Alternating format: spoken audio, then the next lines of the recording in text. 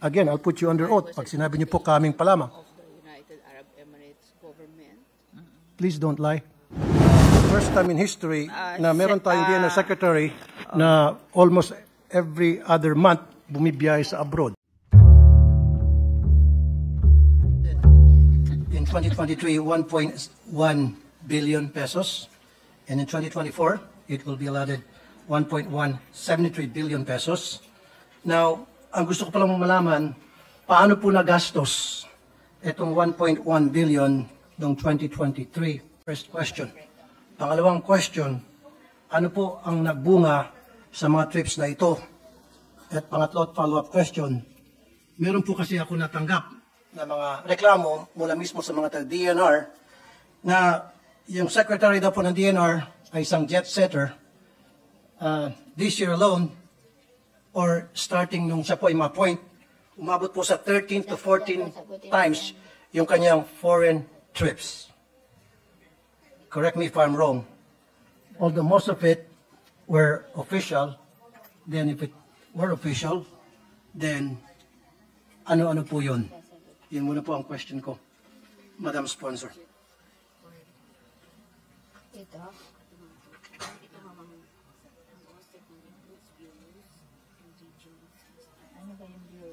Okay.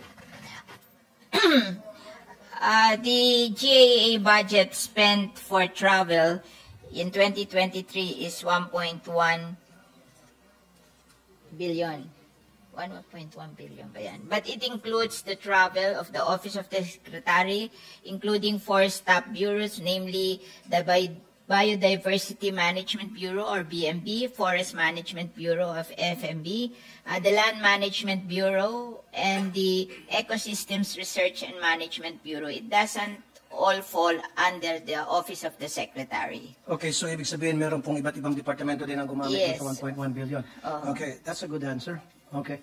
Now, ang sunod ko pong katanungan, ano po yung pakinabang ng taong bayan doon po sa 13 to 14 foreign trips ni DNR Secretary Loizaga? Ilan? Like I said, correct me if I'm wrong, kung tama ba yung binigay sa akin info, 13 to 14 trips. Although doon sa 13 to 14 trips, meron ka atang personal trips doon, so wag na natin i-consider yun, maybe 2 or 3. But let's stick with the official trips. Ano po ang pakinabang ng taong bayan doon sa mga foreign trips na madalas na pong mangyari compare po sa mga previous DNR Secretary na hindi po masyado nagbibiyahe sa abroad, they prefer na magstay na lang dito at mag-ikot na lang po sa ground, mag-inspeksyon at tutukan po yung mga problema sa iba't ibang region. Sharjah is Dubai. For the information of the good sponsor, first time in history na meron tayong DNR Secretary na almost every other month bumibiyahe sa abroad. I would Yan like po to yung add... Ma'am, let me add. Yan po yung reklamo ng ilang mga taga-DNR mismo sa iba't ibang region na yung kanilang DNR Secretary hindi po nila nakikita or bihira nila makita in person para mag-inspection, unlike the other DNR Secretaries who goes to the ground para makausap sila at mag-inspection. Nice. 2 billion pesos annually ang budget po para sa National Greening Program since 2011, if I'm not mistaken. Ang gusto ko pong malaman ngayon, ay bigyan po tayo ng audit report tungkol po doon sa mga natanim na yung before and after, maybe a drone picture. Before, na nagtaroon ng pananim, and after. And I need to see na talagang yung at ilang percentage ang mga tinatanim na similya ang naging successful at tumutubo at nagiging puno. Yung National Greening Program po, 1.2 billion, iniwan natin sa IPs. Kasi sinasabi nila meron silang talagang program with the IPs. Ay ayaw naman nating apihin yung mga IPs. And at the same time, nilipat natin sa ating legislated protected area and the rest of the budget. Ngayon po, nag-devise kami ng way how to manage the legislated protected area kasi hindi po nila kayang i-finance lahat yung protector ng legislated protected area kasi ang budget nila maliit. And besides, from my experience, yung mga nagbabantay, minsan bantay sa lakay din yun eh. Oo. Kaya we have devised a way that they will build a headquarter na may drone na i-operate ng DNR dun sa mga legislated protected area. Remember, some legislated protected area are very big. So, ido-drone na lang at mare-record dun sa printing ng mga ng drone para makita natin. And kung maging successful kami dito, pakikita sa iyo, Senator Tulfo, yung product ng drone, kung ano yung, kasi we want to monitor what's happening in the protected area. So naisip namin na drone technology na lang kasi mahirap yung magbabantay. Minsan kasi yung nagbabantay, bantay sa lakay. Oo. So mag-create sila ng each protected area and office, may mga equipment sila, tapos ido-drone, tapos mare-record dun sa mga equipment dito sa kanilang headquarters for the legislated protected area. Thank you, Mr. President, Madam Sponsor. Ang kailangan ko po ay yung pong before and after na picture. Kasi we started at 2011 and then dapat yung target is up to 2016. Yan po ay ma-accomplish na. Marami na pong puno maitanim. And then minove yan up to 2024 at 2025. Ang gusto ko po ngayon na mismo, right here, right now, provide me a drone picture of the before and after. I understand and I appreciate allocating 1.2 billion para sa IPs, para sila na po magtanim. Pero paano po natin ma-monitor na yung 1.2 talaga ay napunta sa IPs at yung 1.2 billion talaga ay naitanim? Yun po yung point ko. So can we get an audit report? And first of all, let's start to ilang percentage ba doon sa 2 billion na mga tinanim na seeds, whether binigay sa IPs o hindi, ilan doon ang naging successful at naging puno at ilan doon ang namatay, ilang percentage, because based on that, doon natin makalkula kung successful ba itong greening program and para malaman din natin kung talagang merong mga natanim na mga puno. Kasi napakalaking budget to, Mr. President, Madam Sponsor, 2 billion something every single year.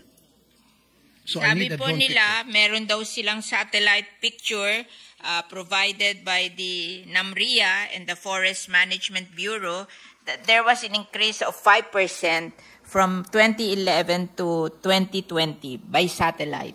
So yes, you can ask, I'll ask them to give you the satellite picture of this 5% from 2011 to 2020. So how many, Madam Sponsor? 5% po ang 5% ang increase na 5% lang since 2011. It's now 2023 and 2 billion a year ang allocated budget. 5% lang. 2 billion a year and only 5% ang na-meet na target. Oh. Ang National Greening so, kung 2 Program billion, daw 11, po, yung seedlings, 12 years. Sorry, Mr. President, Madam Sponsor, 12 years na sa 2 billion each. So how much would that? 24 billion and only 5%? Ang na-meet na target, Mr. President, Madam Sponsor,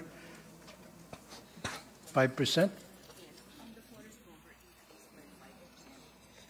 So you can... And then ito po yung average survival ng National Greening Program for 2011. 85%. Sabi nila, ang survival rate daw ng seedlings for the National Greening Program is 78%.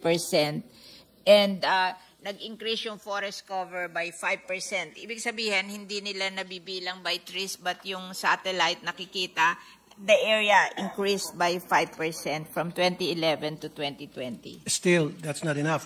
And yung sinasabi ko po kanina, Madam Sponsor, dapat bago kayo magtanim, pipicturean nyo po through satellite or drone yung pong area na tataniman ninyo. Ito yung area na kalbo. This was before. Okay? Let's say 2016. Ito po yung lupa. And then 2018, ito na po siya ngayon. 2023, ito na po siya ngayon. Yung before and after, bago sana kayo magtanim, dapat pinipicturean nyo po yung pong area na kalbo. So, dito po sa record, yung forest cover statistics, magkaiba to, ha? Yes, magkaibang. O 15 to 2020 po. ito. 10 to 20. So from 2010 to 2015, 177,000 hectares ang na-increase ng forest cover. From 2015 to 2020, 212,000 hectares. So a total of 177 at saka 212. For 10 years, it's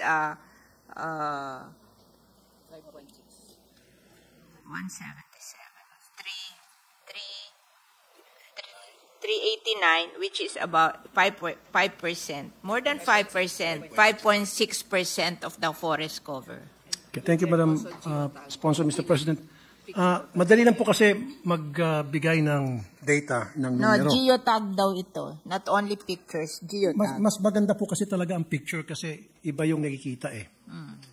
Kailangan po talaga merong clear picture. Satellite man yan o drone picture ng before and after. They have daw satellite picture of this. So can we see that? Yung from the time we started the program, 2011, and then now 2023, what has been accomplished? Dapat papakita po yung before and We after. will submit to you the satellite images from Okay. this So from we need this to see that satellite- forest cover na The before and after.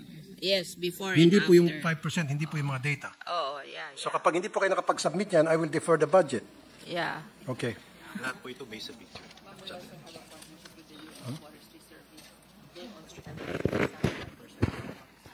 They have daw a partnership with the U.S. Forestry Service, and they help them to do this satellite measurement of our forest cover. So it's not only DNR, but we have a partner, the U.S.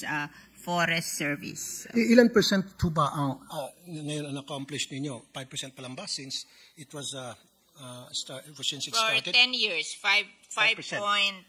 Percent. So, kailan niyo po ma-accomplish yung 100%? Dodoblehin. So, dodoblehin another 10 years. So, 10% pa lang yun. Kasi 5% so far in 10 years. So, another 10 years, 20 years. So, 10% pa lamang. So, hindi pa, yung mga marami sa atin dito, patay na siguro, wala na sa mundong ito, saka pa lang natin ma-accomplish 100%. Kasi 5% every 10 years, so that would be 100 years para maging 100%. Yung 1 million gaano katagal yung tatapusin?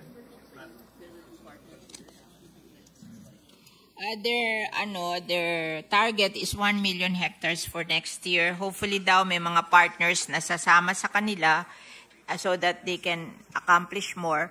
But yun ang tentative target nila, 1 million hectares. 1 million hectares, and out of that 1 million hectares, ilang percentage yan doon sa target? No, ang target nila, 1 million hectares. 1 million hectares in the next 10 years? No, next year.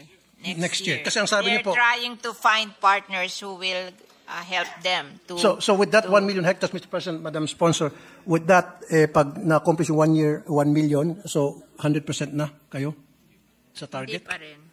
Kasi ang No, total please don't give me is- the figures, 1 million, 2 million. Yung sa percentage lang po. Kasi sabi niyo po, 5% 10 years ago, since 2011, more than 10 years ago. And then I ask you, paano yung succeeding target, sabi niyo, another 5% after another 10 years. So parang lumilitaw sa akin, sa pagkakaintindi ko po, 5% every 10 years. So sa 20 years, 10% pa lamang. Sa 30 years, 15% pa lamang. And so on. So parang 5% Noong every day, every decade. 2011 daw to 2023, the target area is 2 million hectares. The actual area planted is 2.2 million hectares. So they accomplished 109% from 2011 to 2023. O naging 100% na, kanina 5%. So ganito na lang po, para mapaiksi tayo at kaya naman sa iba nag-antay na rito. Gusto mag-interpret. Give us a before and after. Actual area planted.